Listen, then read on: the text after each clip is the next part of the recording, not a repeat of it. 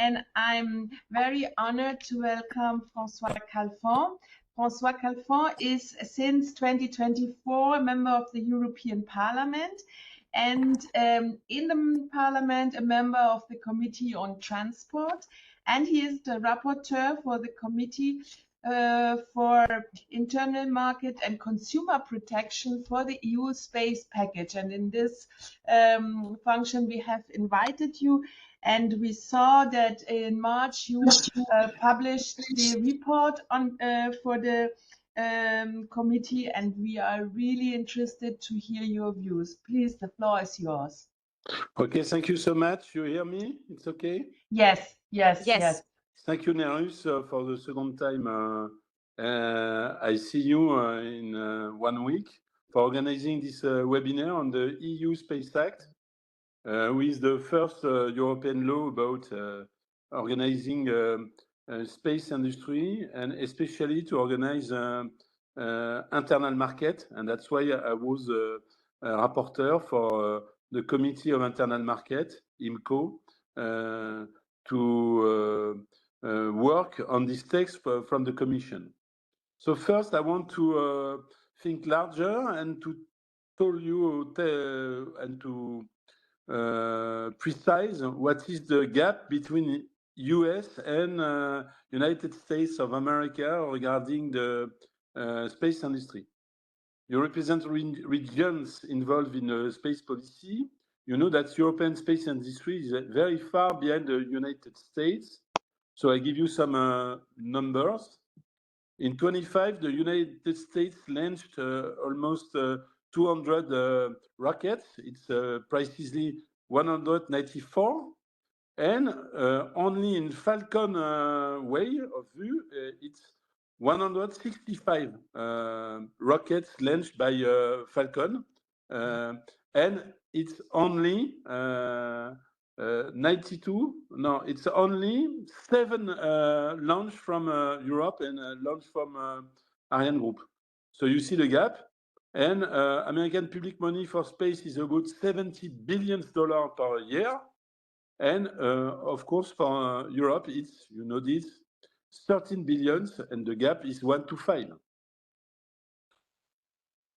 Do not misunderstand the problem. The success of SpaceX does not come only from man's genius. It comes from man's genius, but also it comes from the support of public American money. Elon Musk leads an empire built on public contracts valued more than $1,050 billion after SpaceX and XAX merge.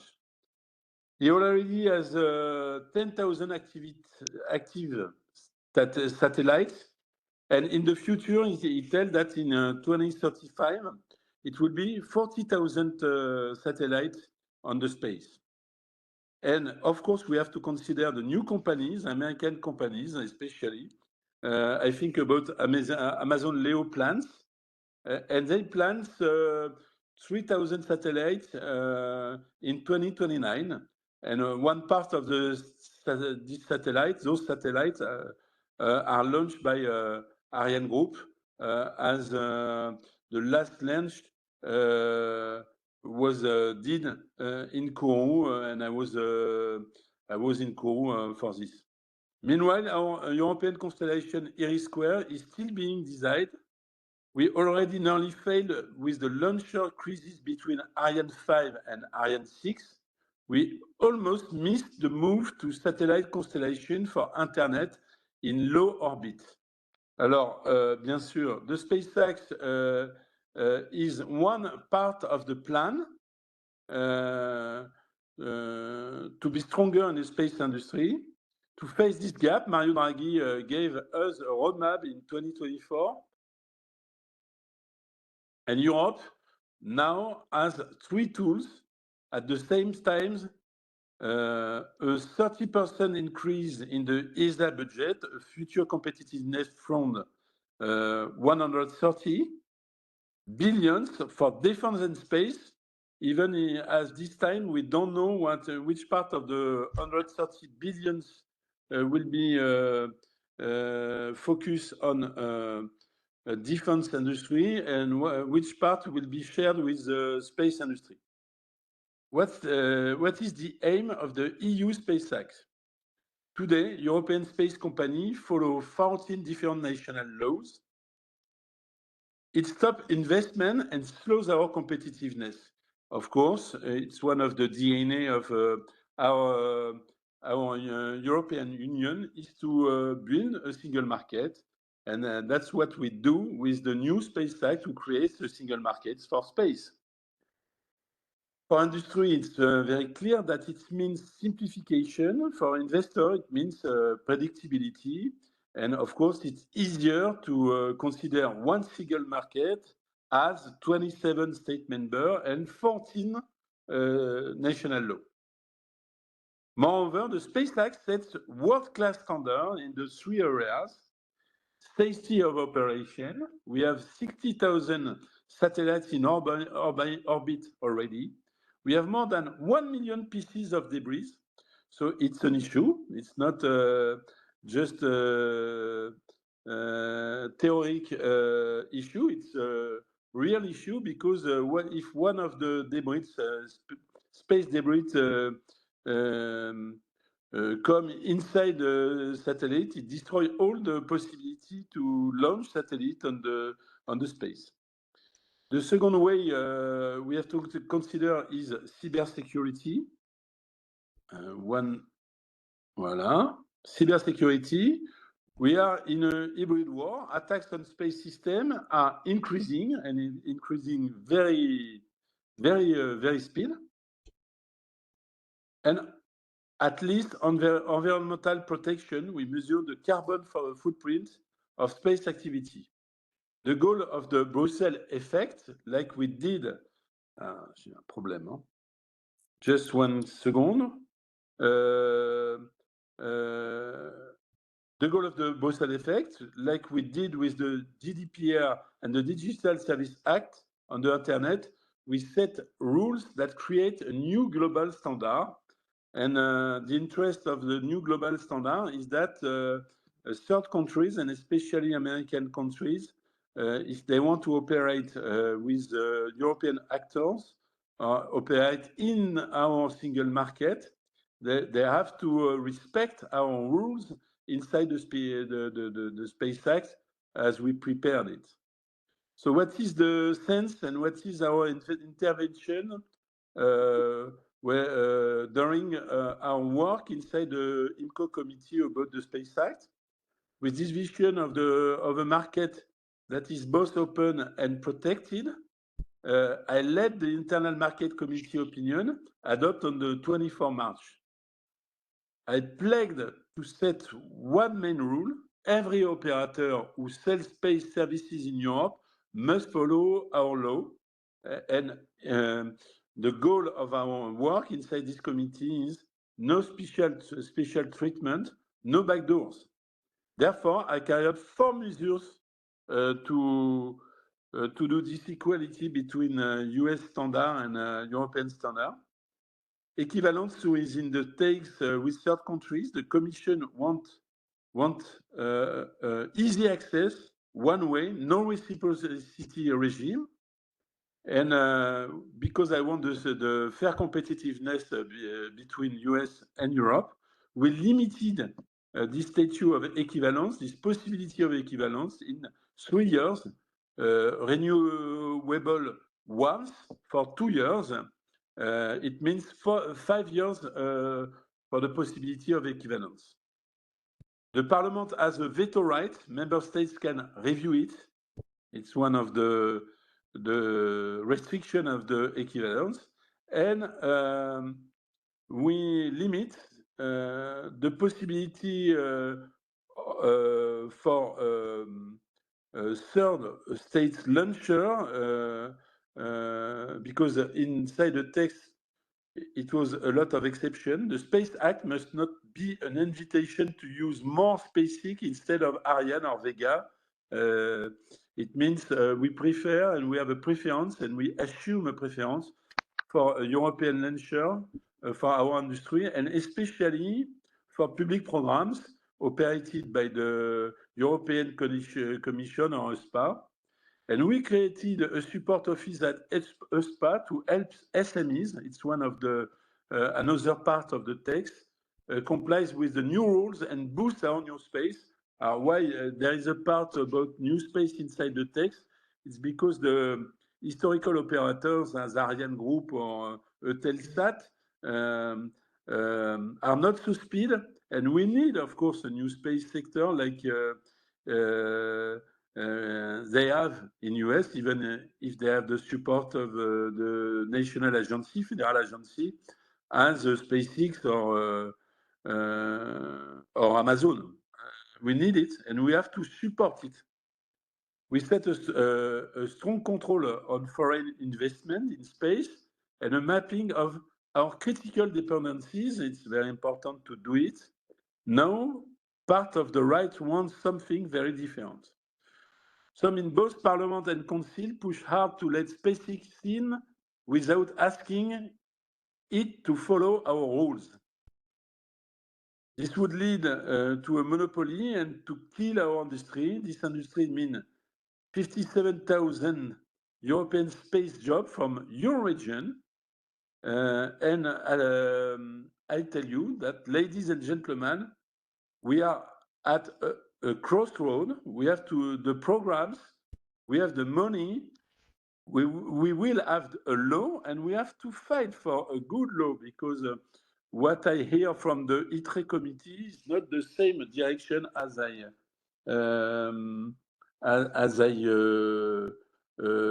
work inside the IMCO committee, because the direction of the law inside the ITRE committee is more liberal and more open to third countries, especially US. But I'm sure, and I hope, the responsibility of the member of the European Parliament at the end will be a good balance between structuration our single market, protect our industry, and of course, opening to third countries. We know we now have our one responsibility, not to give everything away in the name of false simplification. I know I can count on you on this battle. I thank you so much.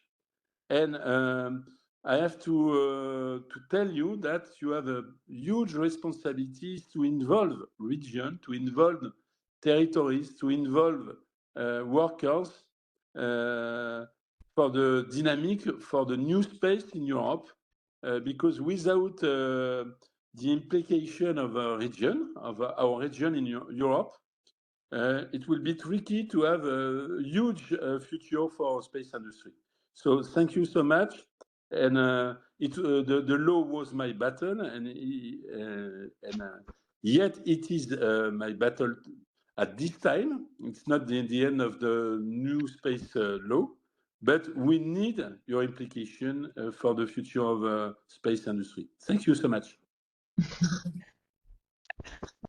Thank you so much, MEP François Kalfon.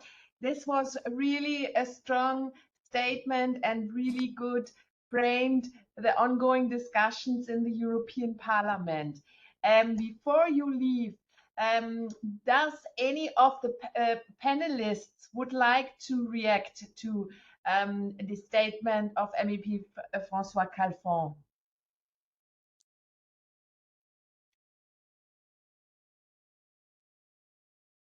No?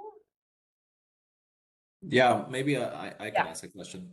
Yes. Thank you very much, Mr. Kalfon, for your insights and the work on the EU Space Act. I think your perspectives have been of tremendous value in the whole discussion. I was wondering whether you could maybe share some insights. How do you see what is happening in ITRE? A lot of the points that you, for example, touched on have been addressed in one way or another in the draft report that Mrs. Donazan has prepared. There has been a lot of simplification. There have been a lot of removals even, and especially on this international competition aspect, there have been some changes in that draft as well. I was wondering maybe if you could share how you see these, then how you maybe see this progressing? So, of course, I have to precise, and thank you for your question. I support fair competitiveness. I'm not against competitiveness, and I'm not against to play the game with US. Of course, they lead the space industry. So, with your question, I could be clear about it. But the work of Mrs. Donazen, I see, to be honest, that she's very open and more open with SpaceX business as European game. And I see perhaps you're German because I see your name, and we have to precise that we have to build. And I answer a question you don't ask me, but it's good to answer. Like this, my speech is larger than the presentation of the SpaceX. If we want to play the game with one single market and one SpaceX, it's because we have to build and to make stronger our European team. It means, for example, that Square have to be in the future more European. And I see that there is a project of German constellation with the right of Germans to build their own constellation. But we have to make sure that this constellation will be in complementarity with the Square and not in concurrency. And for the launch industry, and after I give you a response on your question. In the launch industry, of course, there is not only Ariane. Even if Ariane is a European program, even if ESA is European agency, there is Vega with Italian, and if German wants to have their own launcher, why not? European team, it's not one single army. It's complementarity between state members. First, after what I see of the work of, and I say that because it means that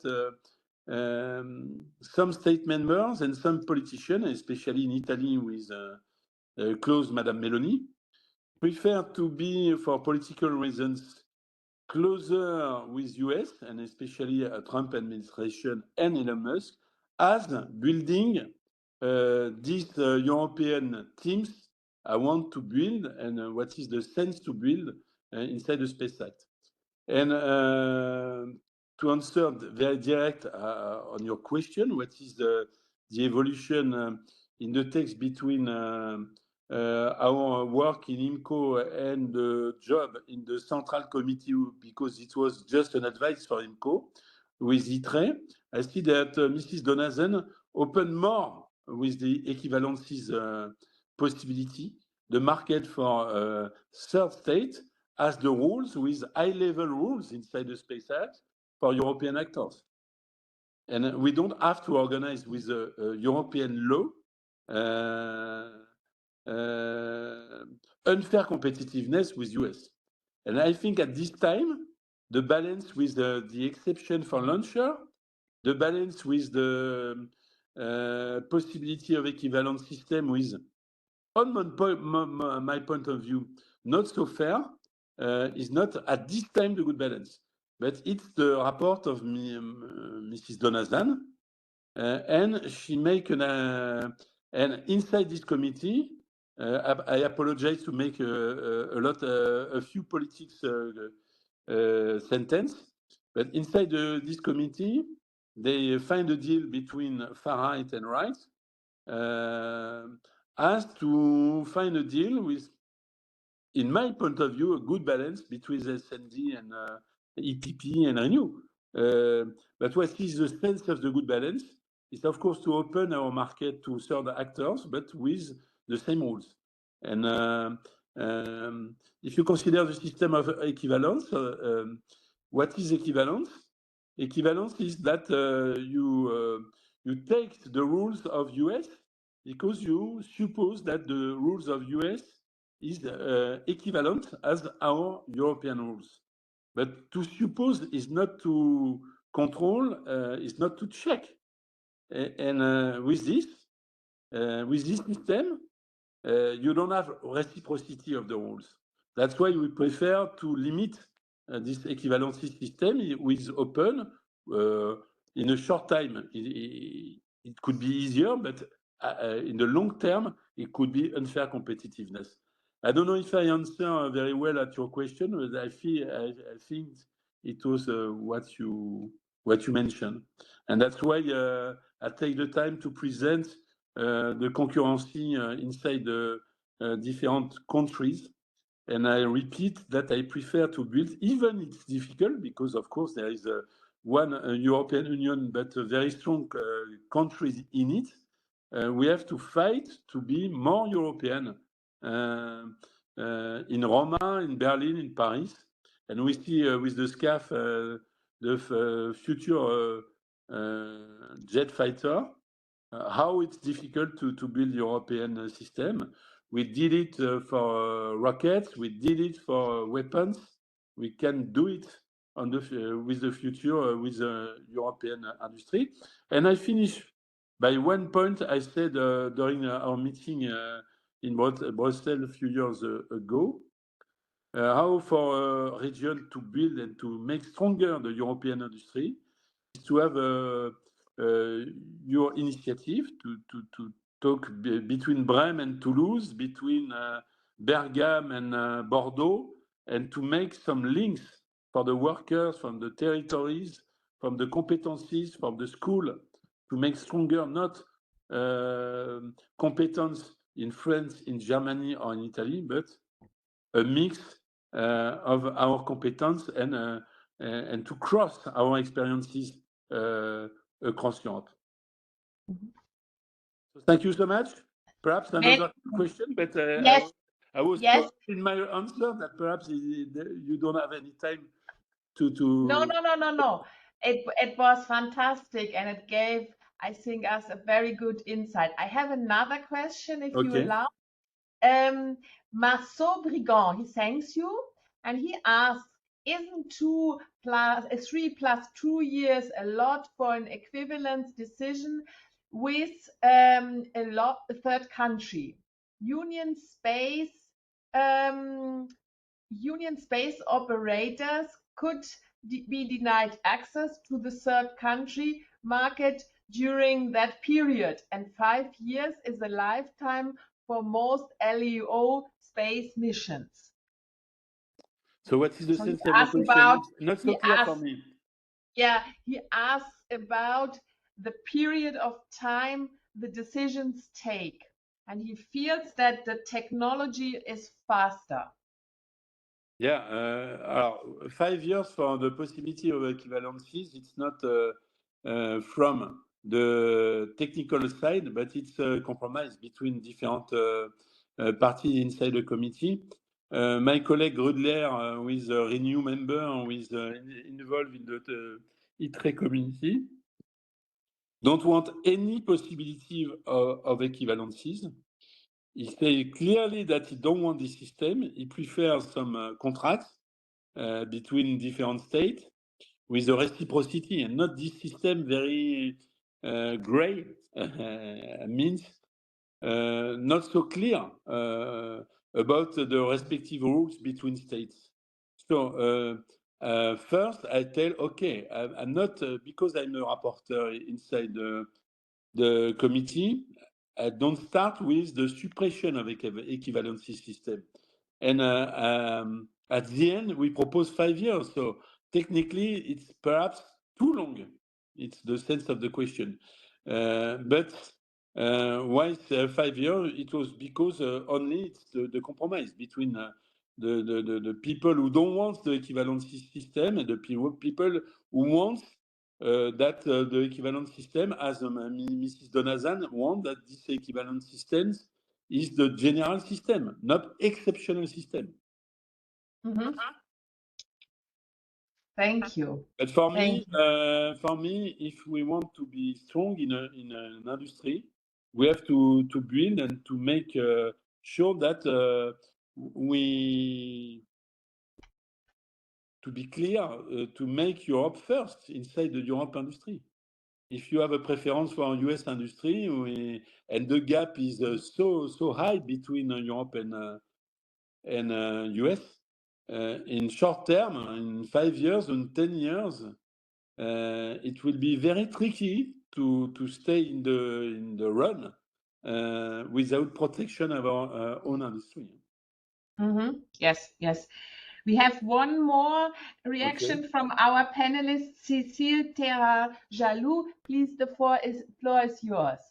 Yes, a quick question. Thank you. Yeah, I'm Cécile Terra. I'm on the legal side.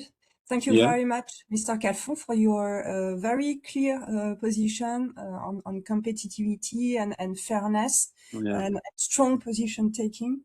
My question is about the fact that a lot of players are afraid by the overwhelming regulatory framework coming on top of already existing ones. So how can we reassure these stakeholders? I mean, we are a lot of people supporting USA and this new legislative framework. We are all active in that direction. But how can we anticipate the management of EU and national levels in terms of procedural requirements? And you know, the different layers, how can you reassure people on that? How will it be smoothly governed on the field? So it's a question, a legal question. I'm not specialist. Well, it's a legal and operational question, a governance question, maybe. Thank you. I share you that there is two aspects on your question. So for the legal aspect and technically, how to make sure and to make the recovery between the national law and the future law, it takes time to do it.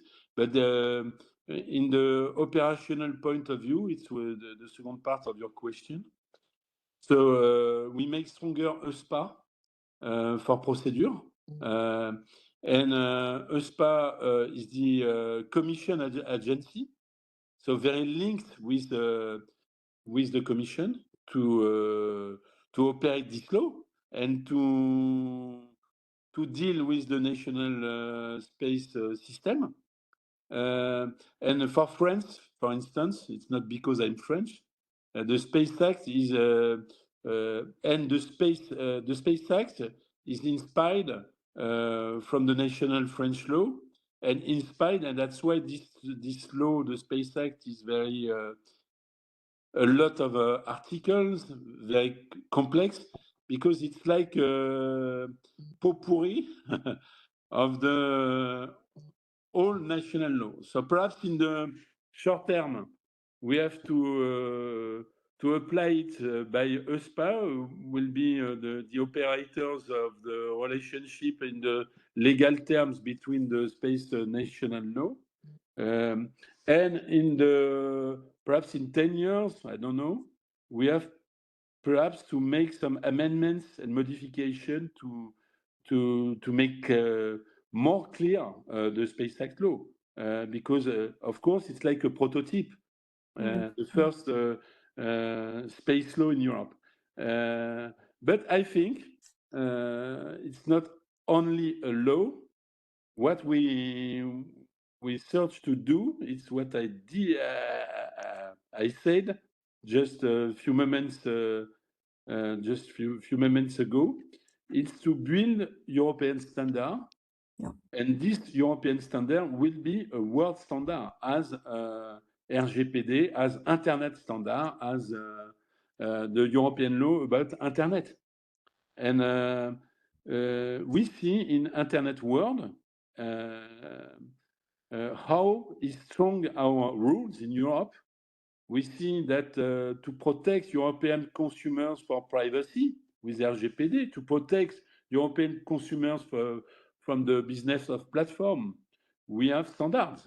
Of course, it exists inside the Internet standard some limits, and it will be the same with the Space Act, but the American actors and third countries actors, perhaps tomorrow, with China too, it's very strong actors, and perhaps with peaceful time in the future I have somebody who comes, so I have to finish. With Russian, this standard, the Space Act, the new European law, will be the first law to organize the space activities, and we need it in terms of preventing environment issue, and in terms of preventive of the number of satellites who operate in the space. But I have to finish because I have a visit. So thank you so much. I hope that my answer. Thank you for your time. Okay. Thank you so much. Have a good day. Thank you so much for clearly framing, and we keep in touch. Thank you so much. Have a good day. So maybe in the meantime, I give you, I think now we have to, bon, ça, on vient à Paris, il vient chez moi. Margarita, can you, oops,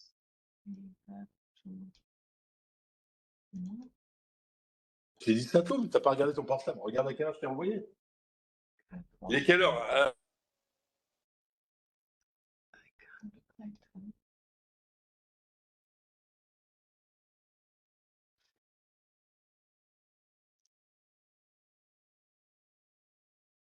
Okay, good.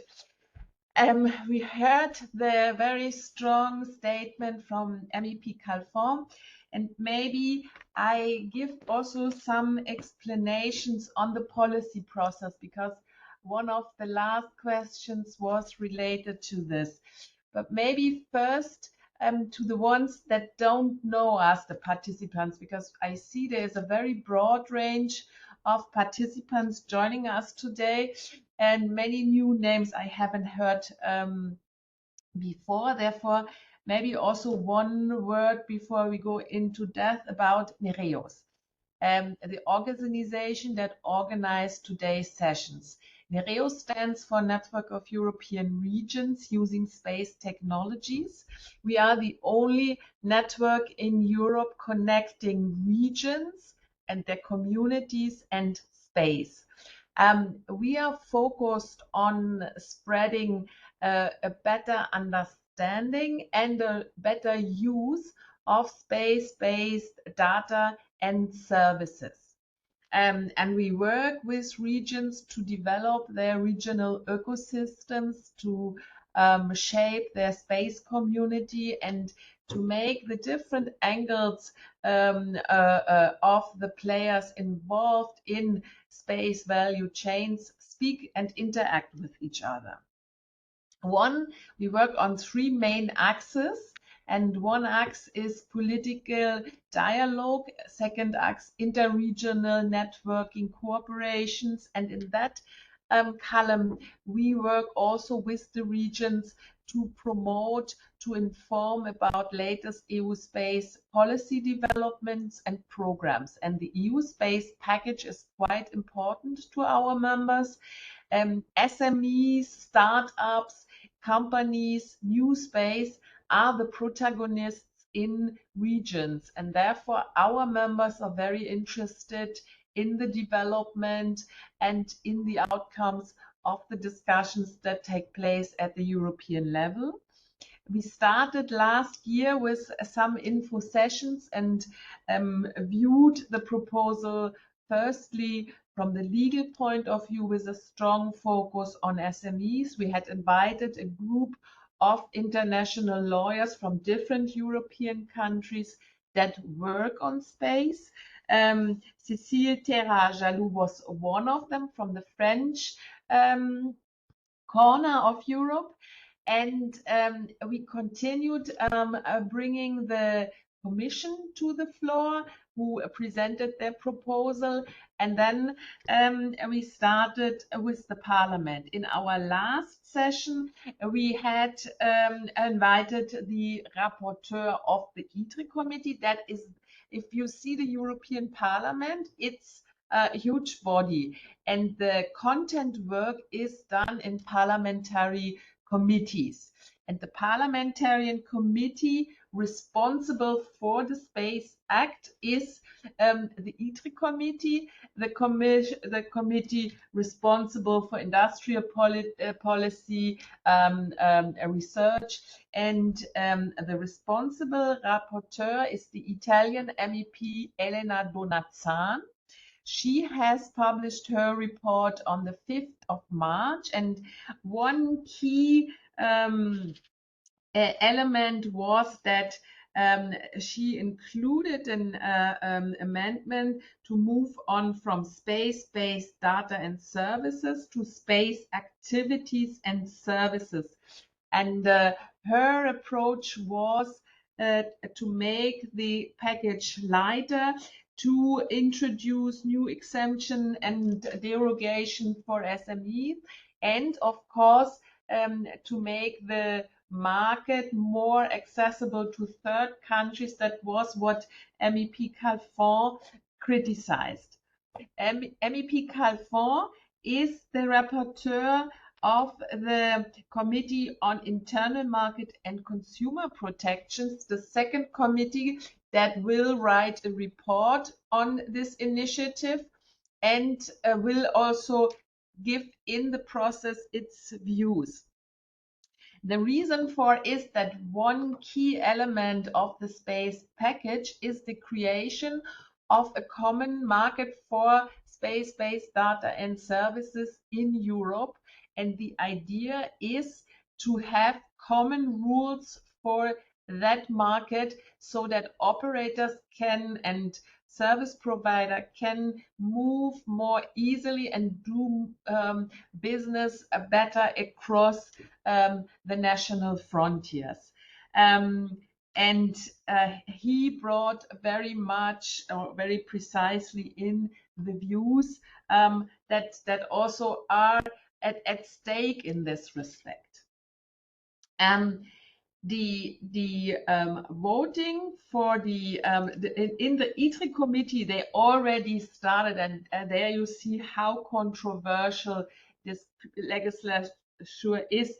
They received almost 3,700 requests for amendments, and in the ITRE committee they will negotiate from April to June, and they expect to vote on the report on the 10th of November. And when the voting in the plenary for all parliamentarians is expected, will be by the end of the year, hopefully, but there is no date yet available. That shows you that the different parties' political positions, perspectives are in a deep discussions. And one point also that is important for our organization, NEREUS is independent, is not related to any political group. We invite members of the European Parliament, regional politicians from all political backgrounds. Our partner regions have very different political backgrounds and represent very different political spectra. And in our discussions on EU legislation, we try to reflect also these different political perspectives and invite always members from different political groups. With this having been said, I like to continue with the panel discussion, and I'm particularly pleased to welcome Charles Boulin. Charles is a space advisor at the French Permanent Representation, and the Council had on the 30th of March published an updated compromise text of the Cypriot presidency. And Charles, please, the floor is yours to update us a bit on what's going on in the Council.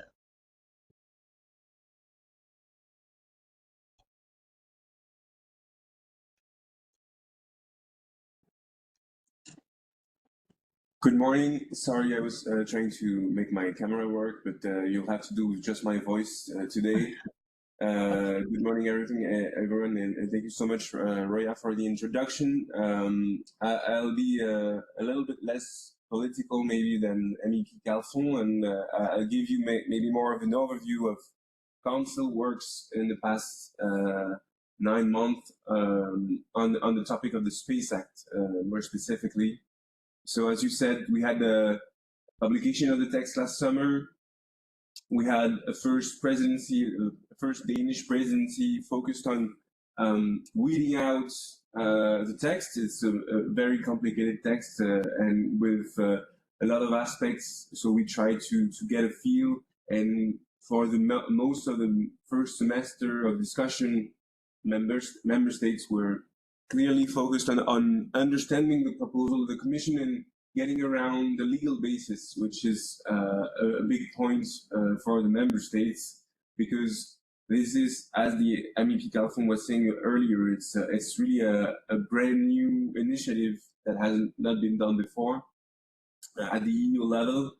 You have today 50 member states who have a national space law at various degrees of specifications and details, and so the harmonization process, that is a regulation on space activities, it comes from far, it comes from a political will, but at the same time, it faces a lot of difficulties.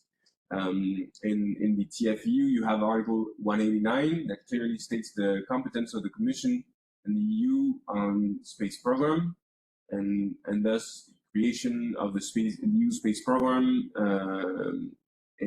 formalized in 2021, but before that with Galileo and Copernicus, that were initiatives since the 2000s.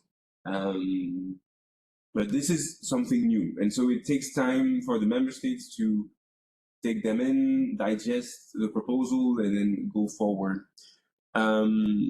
So we took that back, and we started working around it. And so we were waiting first and foremost for the opinion of the legal service of the Council that confirmed that the legal basis of the 114, so the interior market, was appropriate to discuss those matters.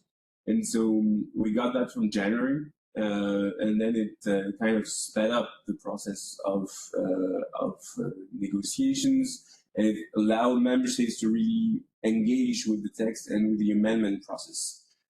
For those that don't know, in the Council, we don't work exactly the same as the Parliament, and I'll do a bit of an overview like Roya did for the Parliament. But in Council, space is a topic dealt with by Coreper 1, so the interior market side, in contrast to Coreper 2, that is more of the sovereign competences, budget, defense, and such. We're working in the Space Working Party, which is a configuration of the Council dealing with space affairs. And with the 27 member states here, we advance at a different pace than Parliament, because we are allowed to amend all along the process, all the way to the general approach, which we aim at the end. So it's going to be the Council proposal, the Council version of the proposal, before we go to trialogues with the Parliament. In that regard, so we've been weeding out, simplifying also the proposal of the Commission, trying to refocus it on its original purpose. For those that don't know, this proposal stems from, if you date it back a little bit, to 2022. At the time, it was the French presidency of the Union, and the Commission came out with a communication on space traffic management. And one of the actions in that communication was the elaboration of the space law, the EU space law. And so the core of the EU Space Act at the beginning was to lay down the rules, or the embryo of the system that would allow us to elaborate space traffic management rules, and with the ultimate goal of protecting the orbits and the safety and the sustainability, long-term sustainability of the use of our outer space. And so it's in that regard that we have been trying in the past months to evolve the text, or to push the text back to that original thought. Text proposed by the Commission had many more details and many more aspects that were touched upon. More than safety, you also had cybersecurity criteria, resilience, as it's called, and then environmental sustainability also, that is a big point that was made. And so it's an aggregate of initiatives. On top of that, you have the issue of governance, which is a bit related to the question of Madame Thea earlier about what about the implementation? How do we interlink the national systems that already exist with this EU layer? And I don't want to call it a layer because we are trying and working towards having it as an embedded system where you have EU common standards, EU common compliance and criterias, and they are embedded in the national system. Why is that? Is that space is traditionally, it was dealt with at the UN level, where you have the treaties, the Treaty on Outer Space, dating back to the 60s in the space race at the time, and then the following conventions of the UN on liability, registration, safety, the rescue of astronauts, and all those obligations flowing down from international obligations are at the origin of national laws. And so we're dealing with two separate streams per se, where on one side we are going to have this EU text that is related to the interior market and to competitiveness of the space sector, and how do we ensure harmonization and then taking down barriers and helping the ecosystem. And on the other side, the member states remain with their international liability from those international treaties. And so we keep the obligation to have a national system of authorization of space activities. So you need, as a member state, you need to authorize and continuously supervise the activities of your nationals that are conducting activities in outer space. And so how do we do this interplay between the EU level and those international obligations is at the core of the preoccupations of the member states. And as such, it is why we're carefully weaving the thread of the Council in the discussion at the Space Working Party and going forward on this. Maybe to give you a few more words on the process. So we've been working at it for 9 months. The Cyprus presidency has issued in last couple of weeks a new compromise text. So it's not the last one, I believe. They continue the work of simplification and again weeding out the unnecessary stuff, but we're still I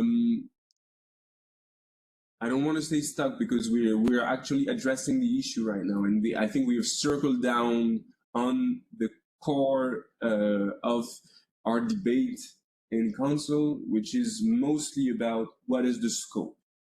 And the scope issue can go along 3 lines. In the perspective of the member states and Council. First, it's about, so scope is about what is in, who does it apply to? And there are different lines of fracture where we need to carefully draw the line to make sure that we don't create a mess, and then it applies to a coherent body of actors and that it's enforceable. So the first division is between civil and defense activities, because most member states defend the idea that defense activities should be outside of the scope of this regulation that is about interior market. And so how do we carve out national security and defense prerogatives that remain member states' sovereign competencies? This is the first line divide. And then here the buzzword is dual use, because some member states want to exclude dual use, and some others point out that dual use in space means kind of everything. So removing it would be taking out the substance of the text. The second line is about public versus commercial activities, and how do you, again, with this interior market philosophy, how do you reconcile the fact that you would have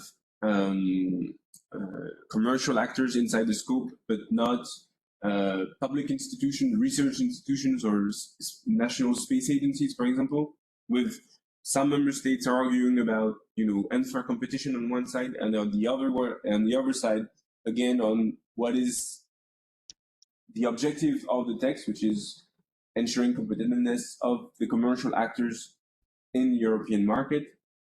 And then the final line, I would say, is about what are the technologies that are mature enough to be harmonized? Do we know enough about in-orbit servicing to make sure that, okay, we are ready? Do we have enough standards? We have enough knowledge about those new activities to regulate them, or should we be careful and do basically a minimal harmonization? So harmonizing only on the activities that are well established, like traditional operations of the satellite. Should we include the operations of launchers and so on? And so those lines of fracture are at the core of our discussions for the coming months, and both the Cyprus presidency and the future Irish presidency have at the core of their goal basically to untangle that knot. And that's the knot that will help us basically flow down the rest of the negotiation, I believe, much faster afterwards, because once you know what you're applying this to, it's much easier to draw the rest of the lines. Another big part is, of course, as I was mentioning earlier, is the governance, and how do we implement in real life the system so that it doesn't create administrative burden, both for the private sector, but also for the administrations. This is a common concern of all member states, so that's why I don't see it as a blocking point. It's more about how we're going to do the fine prints.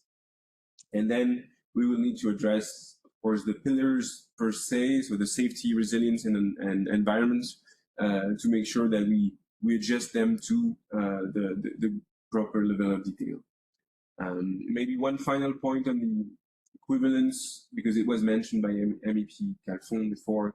I think there's a common understanding in Council that we should not disrupt the market, and I think it was a comment it was in the comment section earlier, is that we should not disrupt the market. So the equivalence is there for that purpose. The equivalence is there to ensure continuity of activities between the EU and third countries, while we are discussing a bilateral agreement between that third country and the EU to ensure reciprocity. And that word is important to us, and in Council it's more and more shared that in order to have fair exchanges with third countries, the equivalence should go alongside the process of negotiating a bilateral agreement, so that we ensure reciprocity for EU actors in that third country. Overall, I think that's what I can say today about our negotiations, but I'm happy to discuss. Many thanks, Charles.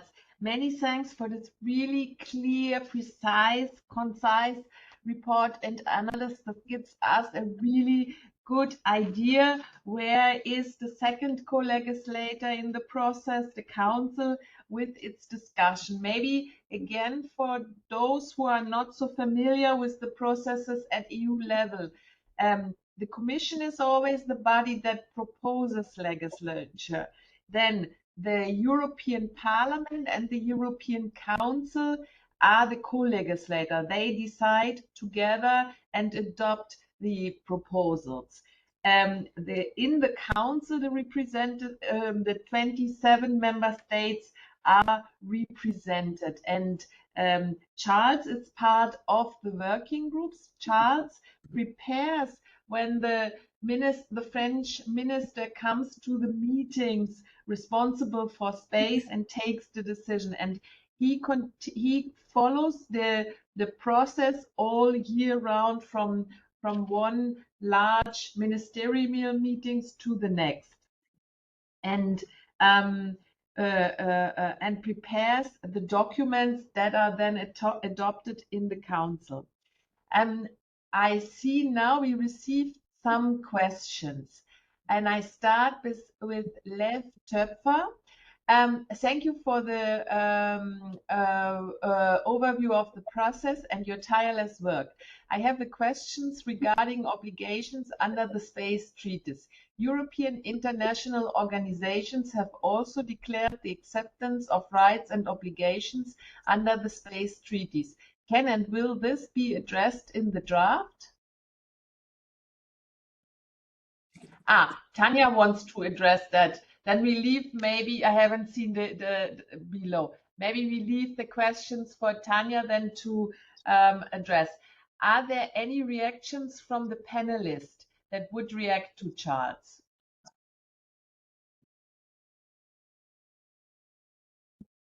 I think it's relating to what I was saying earlier, is that what we're not addressing, that what the Commission chose not to address in its proposal, is the issue of liability.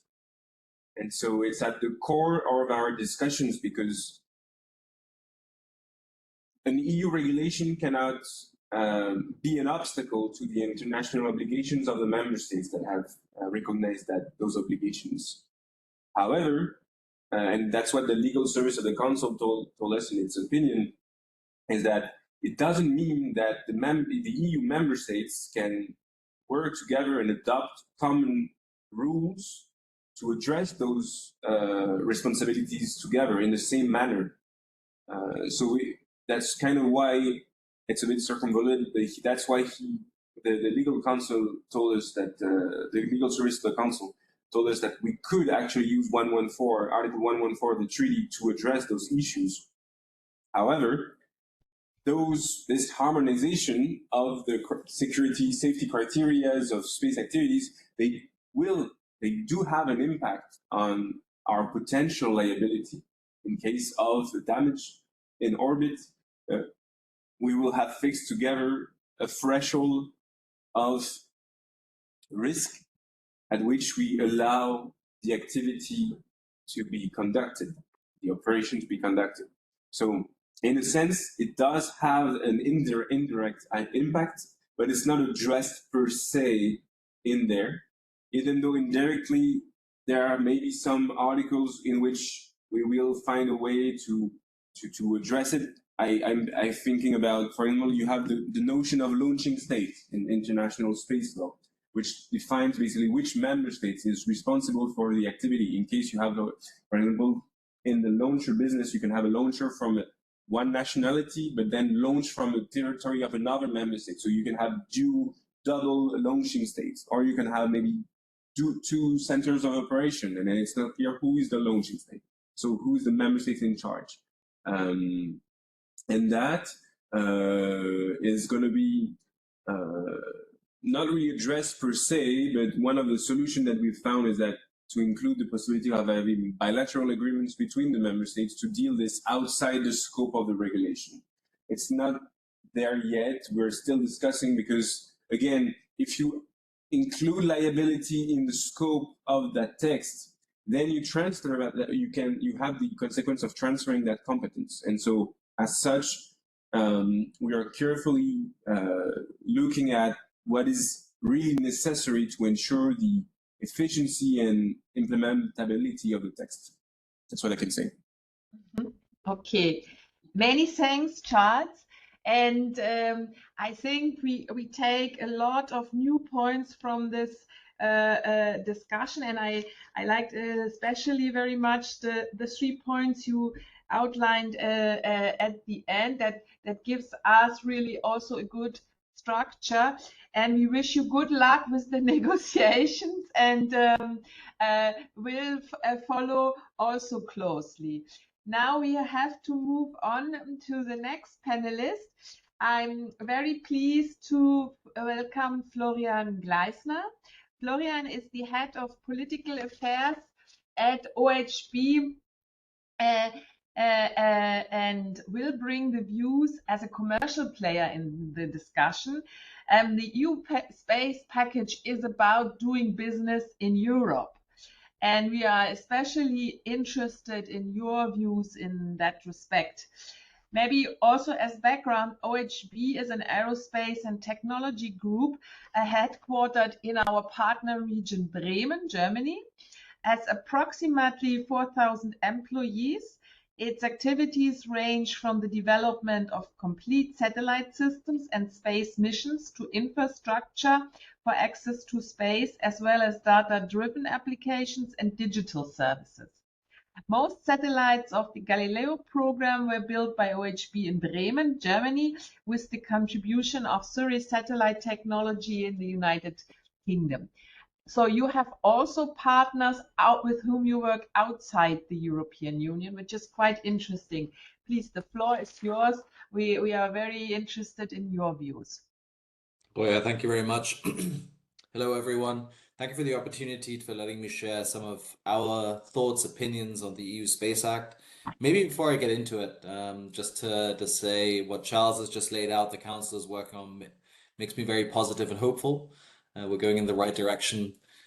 A lot of the issues that I will be going through, you will find and see, Charles has just mentioned, the Council is already trying to address. And so I think that link is not often found, that we are fully aligned on the issues in a given topic and in a way that we need to progress to maybe address those. Well, yeah, thank you very much for giving an insight on who OHB is, what our activities are, because I think this is a very important point when we start thinking about what does the EU Space Act mean for OHB, because we are involved in so many different activities in space. Our core business is space systems, so this is the manufacturing of satellites, manufacturing of payloads that go onto the satellites and subsystems. And as we have this in mind, it essentially means that through the lens of EU Space Act, it indirectly applies. In our activities in building a satellite, we are not directly falling under the EU Space Act because we are not defined as an operator in that sense. So this means that we really have to look at the standards that are being implemented, that the requirements being posed to the operators that would then translate into the actual hardware, that we can deal with these, and as we transpose these, that these do not lead to significant additional costs, redesign work, or non-aligned international standards. But we also do other activities. So for example, we have a company in Augsburg called Rocket Factory Augsburg, who are building a micro launcher, and they plan to launch from Scotland, which will bring an issue in itself, and I'll go to that in a detail. But they will be a launch service provider. So they fall under the definition of an operator within the EU Space Act, which means here they are directly under scope, and therefore EU Space Act applies in a very different way. Now, a third business line under the digital line, we also have some cases where we actually operate the satellite on behalf of the customer. So this is not a satellite that OHB owns. We have potentially developed, manufactured the satellite. We have handed it over to the customer, and the customer has then asked us to operate it on their behalf. So it's an interesting legal question that we face here as well, is because we operate a satellite on behalf of a third party. We don't own the satellite, so we can't really define how this is built or what kind of standards and requirements flow into it. But nonetheless, we operate the satellite on behalf of them and therefore fall underneath the definition of an operator under the EU Space Act. And so we have many different applications of EU Space Act within the group, from indirect on the manufacturing side, so from really falling directly underneath it as an operator. And so it's been of great interest to us to try and work with the different stakeholders to get this right for industry. We are, of course, not the only ones involved in this situation, but I think we span a lot of the different activities that other companies and partners perform. So as we look to the EU Space Act, there was really one thing that is very, very important for us, and this is something that we will underline and strongly support, and that is the safe and sustainable use of space. MEP Kalfon had mentioned, we see a lot more activity in space now. We have very, very large constellations. They are growing significantly month by month. And so this also means we need to really be on top of managing this usage and making sure that we don't create an unsafe environment or create unnecessary sustainability risks, be it in space, but also here on Earth. And so the EU Space Act for us is really, this is where the added value is, and this is where we would like to see the focus on and a lot more drive. But we also see it as an opportunity to harmonize standards. So right now, there is a risk. We currently have 13 national space laws in Europe. Other countries are picking up the pace on developing their own. Germany, so our home country, is one of these. And so there is a real risk that we could have a race to the bottom, that there will be location shopping depending on the best conditions. And I think the EU Space Act has a place in trying to harmonize at least some of those aspects. As Charles rightfully mentioned, under the UN treaties, some of this is not possible. Under some of the EU treaties, it's not possible either. So the EU Space Act can't do everything, but I think that there is a place for it to address this harmonization need to avoid a situation where companies are forced to essentially do location shopping. And so I think harmonization is a very important point. And I do also think that this flows into a point of competitiveness. If we get this right, it can support industry in being competitive by trying to address some of the duplication that already exists and trying to limit cases where this may be happening. And so there are positive aspects. I've mentioned them already. There is a focus on space traffic management, debris mitigation, which is very important, but there is also the potential to actually drive future innovation.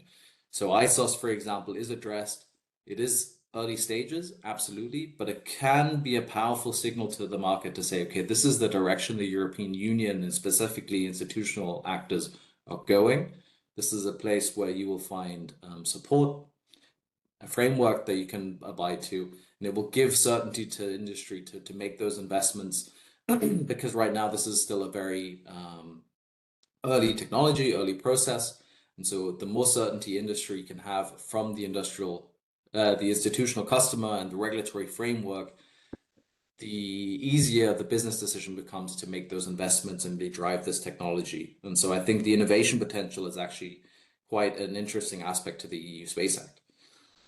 The sustainability chapter is something that, as a large European space group, we are quite familiar with. The European Space Agency today, for many of its projects, already enforces us to provide LCA, so life cycle assessments.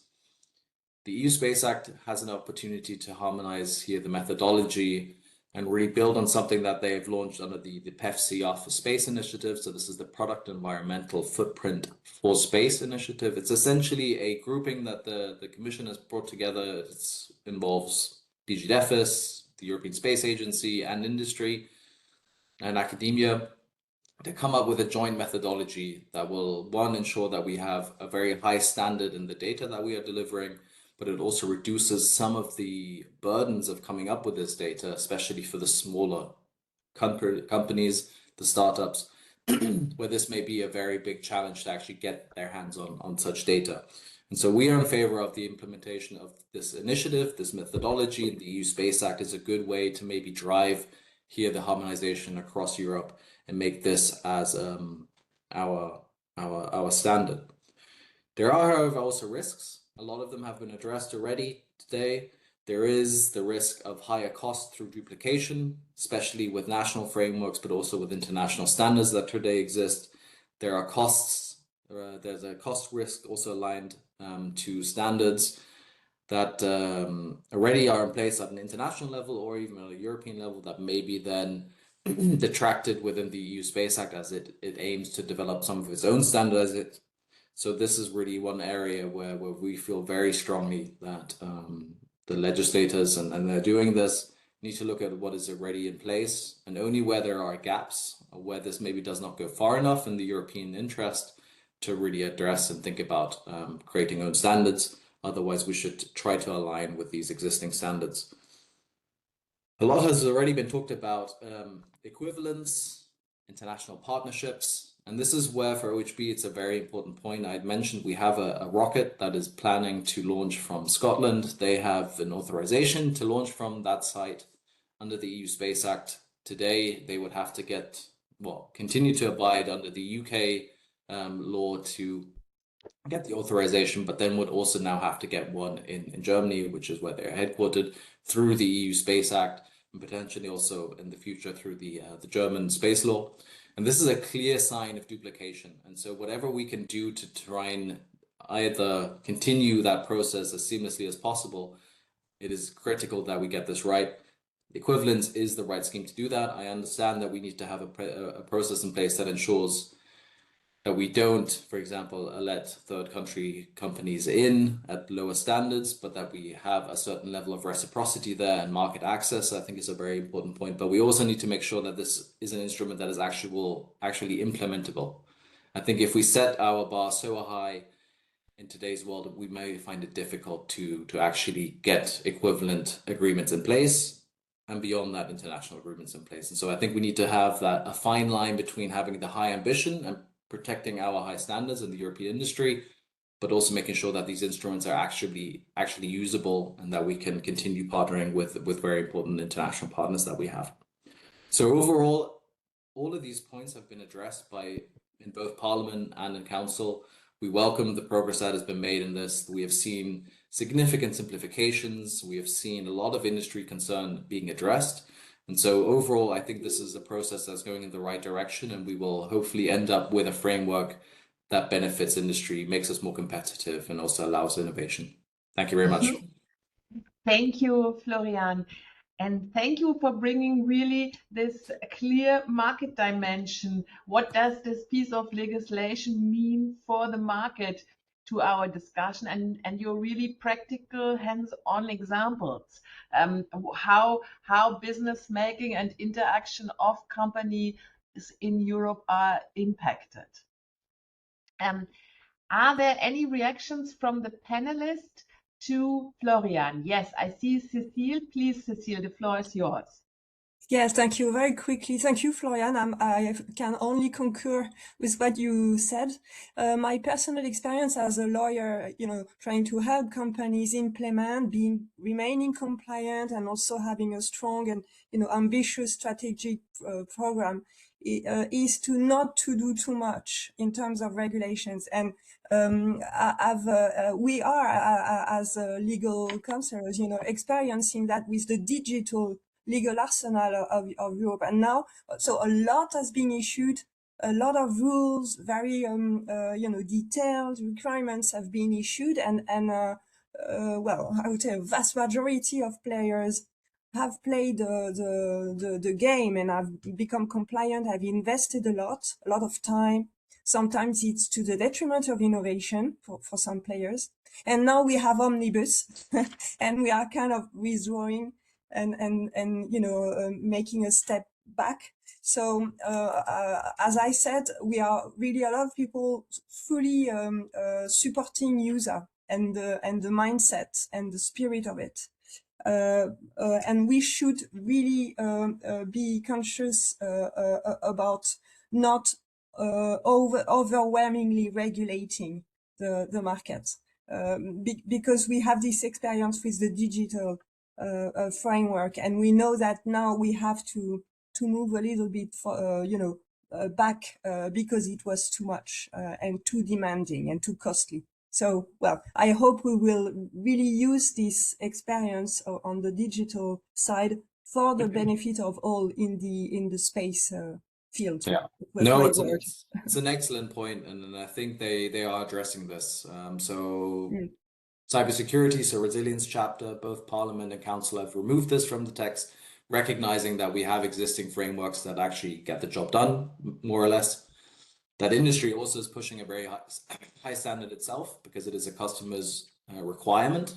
This makes us competitive, having high standards here. So this is not something we necessarily need to then regulate on top of.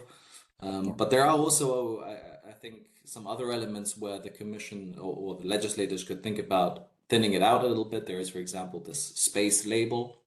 which in theory or in essence is not a bad idea, but does it have to be in the EU Space Act now, which is already a very heavy regulation and complex.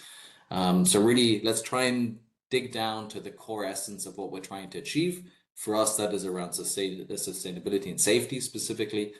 And then everything else will fall in place afterwards. I think market design, for example, space label. But I think trying to achieve everything in one regulation is just very ambitious. It becomes very complex, very difficult for industry and authorities to understand and implement. So let's do it step by step.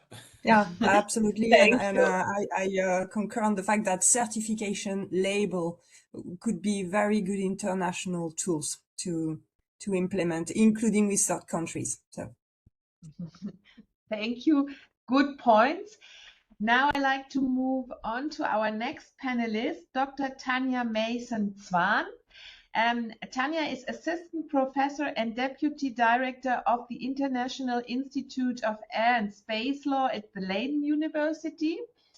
And Tanja is also a Vice President of the International Astronautical Federation. And Tanja has a very long, I could read much more, has a very long track in academic international law and dealt with international space law when the Commission hadn't yet discovered the topic.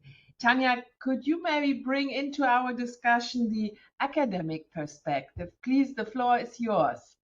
Yes, thank you very much, Roya, for having me here, and welcome to all participants on this important topic, which is occupying a lot of our attention. And I see that there is a lot of discussion, a lot of considerations, and it is really lawmaking happening live, which is very exciting for us in the space law era. So yes, I have specialized almost all of my academic career in space law, and perhaps I can bring in a little bit of that background that was already alluded to by some previous speakers, specifically Charles, on the whole background legally of this, because even though indeed in the EU the competence on space was only codified officially for the first time in the Treaty on the Functioning of the European Union, the Lisbon Treaty in 2009.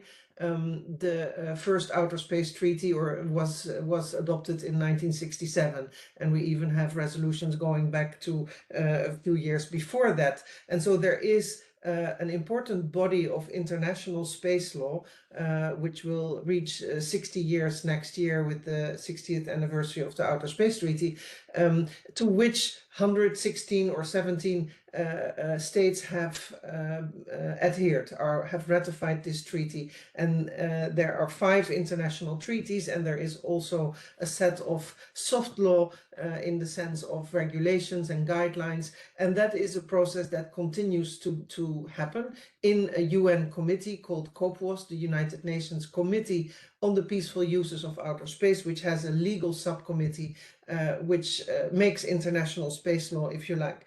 And the EU member states, the 27 member states, are parties to most of these treaties. Most EU members are party to 4 of the main treaties. The last treaty, the Moon Agreement of 1979, has not been widely ratified, as most of you will know. But those 4 treaties, so the Outer Space Treaty, which says the basic principles, the Rescue and Return Agreement, which talks about astronauts, but also about returning space objects that might end up in other jurisdictions, and then the Liability Convention, which deals with damage, and also the Registration Convention, which addresses the obligation of for every object to be registered with the United Nations and in a national registry. So member states of the EU have signed up to these treaties and have the obligation to comply with them. And I heard reference to authorization and supervision that refers to Article 6 of the Outer Space Treaty, where states are internationally responsible for their national activities in outer space and have an obligation to authorize and continuously supervise them. That is the very reason why states adopt national legislation. And it was again mentioned already several times that more than half of the EU member states have national space legislation. Many of those were adopted in the last 20 or so years, but there are also older ones, and I think the earliest one is probably Sweden, which adopted its law in the 1980s. So these are legal frameworks that are in force, and indeed it is true that they are not all the same. There are differences. I would not say that there are shocking differences, but there are differences of approach, because a law is always a translation of a policy. States will adopt their policy, and that can range from not wanting to encourage private commercial space activities to the other extreme of really wanting to welcome companies doing new space mining, and all these exciting things that space is offering us. Like, for instance, Luxembourg has a very new space-oriented space legislation, which can mean that countries offer one-stop shop, smooth licensing. Some countries offer a license for one space activities. In other countries, you need to get a license for each satellite that is launched. In some countries, the liability is capped, is limited. In others, it is not, although that is sort of coordinated nowadays, and most countries have a limit to the liability accompanied with an obligation to get insurance. Space insurance is a very international market, is not limited to one country, and is managed by brokers. So there are differences which are in many cases, in my view, not problematic, and some level of what is sometimes called forum shopping is okay. And it actually means that as a company, you have to also consider in which country, in which legislation you want to set up your business. That doesn't mean that there are not topics for which coordination, which I prefer to the word harmonization, is important, and they were mentioned today. Specifically, sustainability and safety are, well, maybe in the order first. Safety and also sustainability are topics where some coordination is important, that we have global rules and not only European rules. So Europe has come to understand that space is a very strategic field, which has an impact on anything in our society today, ranging from agriculture to climate change monitoring or disaster monitoring or education, you name it, space has an impact. So the EU has become strategically interested in reinforcing and securing Europe's position. Of course, we have, in addition to that, also another international organization in Europe, namely the European Space Agency, which has also been in existence since the 1970s and has helped make Europe a strong player in the global space arena. Without ESA and its geo-return policy, we would not have had 23 member states who have a space industry and a space ecosystem. So we should take into account all these matters. The UN level is also looking at all these new topics like space traffic management, cybersecurity, constellations. A lot is happening, and the system that was adopted in the 1960s and 70s do not cover those principles, all those new activities. So it is necessary to make new rules, to complement, to clarify, to adopt new rules, probably at the international level, that will be not in binding legal obligations, but in the form of soft law. And it is only good that the European Union, which is has legislative power, also looks at these. So I definitely support that fact. But I would also, and this was one of the questions that was brought up earlier in the chat, want to raise the point that in carrying out space activities and in being an operator of space assets, of satellites in all the European flagship programs, the EU is an operator of space assets, and it should also take its responsibility in the global level, and in my view be more forthcoming in making those so-called declarations of acceptance of the United Nations space treaties. This is a possibility that is offered to international organizations if the majority of their member states are party to that treaty as well as to the Outer Space Treaty. So for the European Union, this is possible for 3 of the treaties: the Rescue and Return Agreement, the Liability Convention, and the Registration Convention. Doing this would, on the one hand, reinforce Europe's position as a responsible space actor, which it also does by making this EU Space Act and the package. It would also protect the member states. Actually, the member states of an international obligation have an obligation, a duty under these treaties that is literally written in the treaties, that they should encourage the international organization to make such a declaration of acceptance. So even though the European Union announced in the joint communication on space traffic management in 2022 that it had the intention to consider doing this, and this has been on the agenda and it has been suggested for at least the last 10, if not 15 years, I do not see any progress. So 2022, we're now in 26, and I have doubts that this will happen for several reasons. And I really think that not only to underline Europe's role as a responsible actor, but also really to protect its member states, it would be important to do so. If an asset of the European Union causes damage or to another object, the member states run a risk. If an asset of the European Union suffers damage, it would also make sense that the European Union can then benefit from the conditions of the treaties. Likewise for registration, currently it is ESA who has to register the EU assets on behalf of the European Union. That is not desirable. Maybe a few last words on the dual use aspects. That this was mentioned several times. I think that in space, the problem is that any activity, any asset has dual use capability, and so it will be indeed very difficult to separate civilian from military uses, and we see that in recent conflicts as well.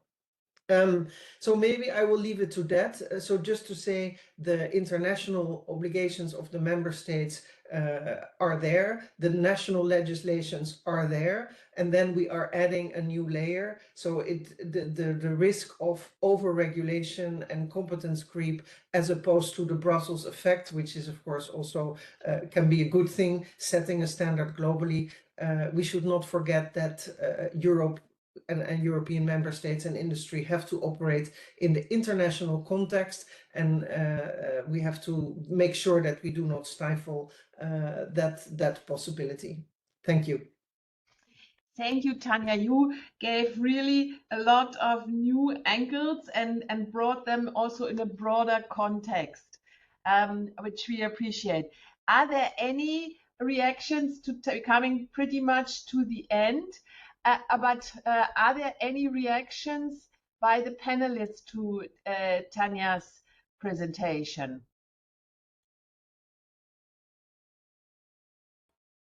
No, I don't see. Well, okay. Yes, maybe, yes, please. Yeah, Roya, you had asked me to play the role of the question raiser today, so I have asked a number of questions. There is one topic we have not tackled very much, is data, the value of data and data spaces. So, well, I don't know if Mr. Roland is still there, but I would be happy, and also for you, Tanya, to know your opinion on what we will do with this data spaces governance, space data spaces governance, because this is a huge topic, a key topic in USA, and I think this will be a capital, asset for space stakeholders in Europe. So how do you see that from a legal point of view? and also the coordination, interplay with other European data spaces. And maybe for Mr. Bolland, is it something that is being much discussed at the committee level, or more generally the legislative level in the building of this common user? I don't know if I will have my answer, but I'm raising the point, maybe for another webinar. Yeah, I think we are already over time, but maybe very quickly. Yes. I think definitely data, everything that is data and say cyber and AI, all those sort of intangible things will really complicate legislating, because they are fluid and cross-border and hard to catch. We now have proposals for data centers in space and 1 million satellites, and I don't know what. How do we apply our data protection laws to data centers in space, because there's no sovereign entity, the data spread over many countries. How does this deal with privacy law, cyber attacks, the security of these data? I think that this is really another new topic, and I definitely do not have the answer, but it's a very good point and very concrete topic that will need reflection. Thank you. Thank you, Cécile. We might take it up for, as you said, for one of the next seminars, because data, use of data, data processing, data storage are very important topics to our members and are also discussed on our platform, also in the context of big data valleys, of artificial intelligence, and in the context of combining the use of Earth observation data with other data sources. Absolutely. I don't know if I had introduced you for the participants. Cécile Théard-Jaloux is a French lawyer and partner of the law firm De Gaulle Florence, based in our partner region Toulouse, Occitanie. And Cécile supports her clients in questions related to international space law when doing space business. So if I'm a company or I research organization and I'm impacted by the space, by the new European space law, I can come to your office and you will be able to advise me. Yes, for sure. Well, I'm not here, obviously, to promote myself or my firm, but what I can say is that we have built, with a number of other firms, all independent from each other, kind of movement towards the assistance to the space sector as a real sector in itself, as a full service activities. And these legal stakeholders are here to help implement in this streamlined way this new text, because we, as lawyers, as European lawyers, we all have EU law in our blood. It's our DNA. So we are very much EU law focused and orientated. We believe in that. So we are all very hopeful and also positive about this coming text. It will be a key asset for Europe. So very much helpful and supportive. Thank you. And we wanted to show that there is now a branch of lawyers developing, looking on space. Space becomes more broadly. Space is not anymore just sending satellites into orbit. Sending satellites into orbit comes along with a whole set of laws, regulations, and is embedded in our society and in different sectors and domains. Absolutely. It ranges from IP to cyber to healthcare. It's a really sectoral view. And if you have any practical legal questions, this is what we had done in the previous webinar about user. Please feel free to share them. And during that past webinar, we had come back to, attendance with our proposed answers to their list of questions. We can do the same. I'm talking on behalf of my group of colleagues. we can do that. If it can be useful to all of you, we can redo the exercise and come back to you. With pleasure. Perfect. Many, many thanks. So if you have still questions, feel free to send them to us. We are now came to the end. Thank you for joining us. Thank you for your patience. We were even a bit longer. We will continue. A new webinar is coming up on the 11th of May. I saw Tanya was so kind to put the link for her study programs into the chat, the University of Leiden. Also, this is quite important. The Space Law Institute in Leiden is also a special academic organization, particularly targeted at the space sector, and offers a variety of activities. If that is of interest to you, please feel free to contact us and we put you in touch with Tanya. With this, we thank you. I thank you, especially the panelists for their strong inputs and to make it really a lively discussion from different perspectives. And I wish you all a good day and keep in touch and stay tuned.